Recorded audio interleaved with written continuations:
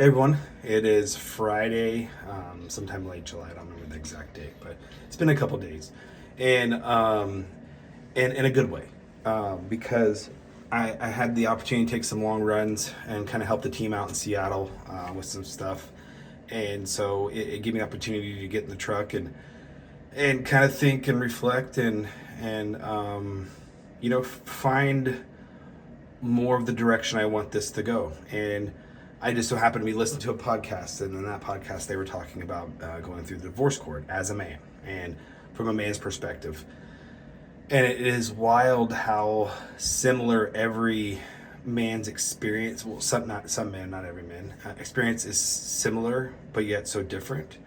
I feel like it's not the process going through it and the process coming out of it and whatnot, but I mean, what it is the way a man is viewed through the process is always through a negative lens. And it's always, the man's not doing this, the man's not doing that, my baby daddy not doing this, what have you. And the judges and commissioners kind of push that rhetoric. And I wish there was a way. I mean, I'm sure there is a way. I would love to make a show out of mine process, because it is wild, and it is wild that I've talked to dozens of guys that have such similar experiences. And you know, it is wild that you can walk into a family court and make accusations and claims, and just disgusting things to say about your partner, who you were married to and loved, supposedly, right?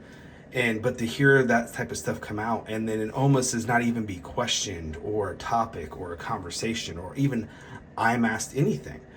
It is labeled villain, and it stays with you the entire time. I learned very quickly that any hand gesture or physical emotion or emotion in general is looked at negatively. You're supposed to sit there like a statue and answer yes ma'am or no sir, or yes sir or no ma'am. And it is so disgusting to see. As I sat in the court system here, you're able to sit in the back and wait your turn, and you can hear other cases. And it was disgusting. I mean, it really was. And it is disgusting that it's not talked about enough. And it's disgusting that it has been allowed to go on this long. Sorry, it's hot in here. It's hot as shit.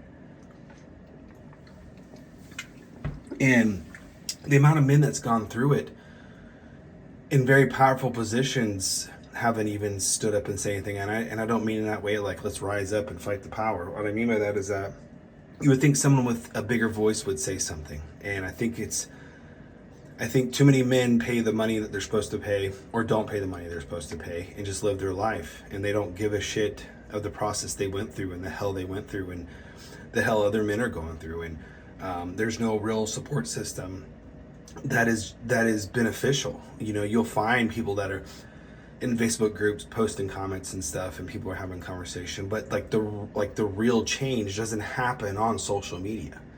The real change for policies and laws don't happen behind a keyboard. And just to watch it and read it is just so heartbreaking, because it's like people are hurting through the process. And some people go years without seeing their children, and they've done everything they could.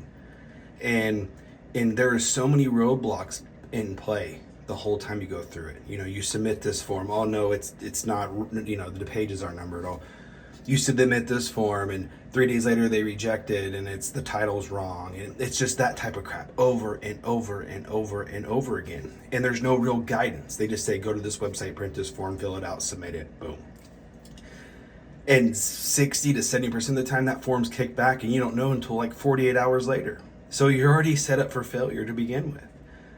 So I think one thing I really want to do, and what I'm getting at is what I really want to do, is I want to start pushing for men to have a voice in divorce court, a stronger voice, one that is based on logic and reason, understanding, conversation, without bias. And that's where I think it needs to start, is to eliminate the bias, eliminate the pre-assumptions that men are vile, because that is that's always the case. You just go ask anybody, and it's, if anybody disagrees, they're just being fucking idiots. I mean, that's just the cold hard truth. And I know some women get the shitty end of the deal. I get it, right? I would bet money, and I'll go look at the stats if I have to, that when it comes to divorce court, men get the shittier end of the stick every time. So that's part of what I want to do with this, I think. And I really want to, really want to develop that. And I'm going to start looking into ways of doing that and discussing it with people that I trust, that kind of know this way of getting a message out or helping change. I don't know, but I'll figure it out. And would love some support, would love some feedback, some comments. You know, maybe you have something you went through similar in your divorce case that you kind of maybe want to help deep dive in, because I know when I tried deep diving into shit, I had to call 3 lawyers and use the 3 30-minute things, so I didn't have to commit to paying a lawyer that wasn't going to help me in the end to begin with. So I know the pain, I know the struggle you're in, so I'm just looking to share it. It's hot as hell in here, so I'm going to get out because I tried this video like 5 times. So this is like the 6th attempt. So I made it short and sweet because it's a Friday. I thank all y'all for who have watched, and I really appreciate it no matter how many there are. So have a good weekend.